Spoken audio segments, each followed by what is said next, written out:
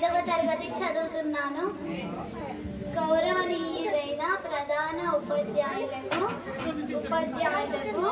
ఇక్కడికి విచ్చేసిన అతిథులకు మరియు నా ప్రియమైన స్నేహితులకు గణతంత్ర దినోత్సవ శుభాకాంక్షలు.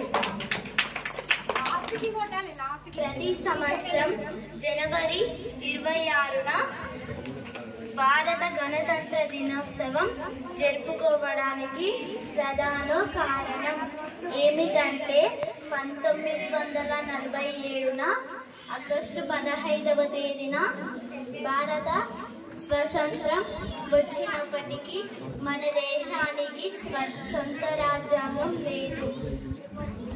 భారత రాజ్యాంగాన్ని రూపొందించడానికి డాక్టర్ బిఆర్ అంబేద్కర్ అధ్యక్షతన కమిటీని ఏర్పాటు చేశారు.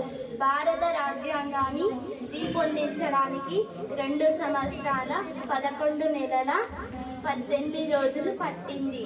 అప్పుడు జనవరి 26, 1950న భారత రాజ్యాంగం దేశం మొత్తం అమల్లోకి వచ్చింది.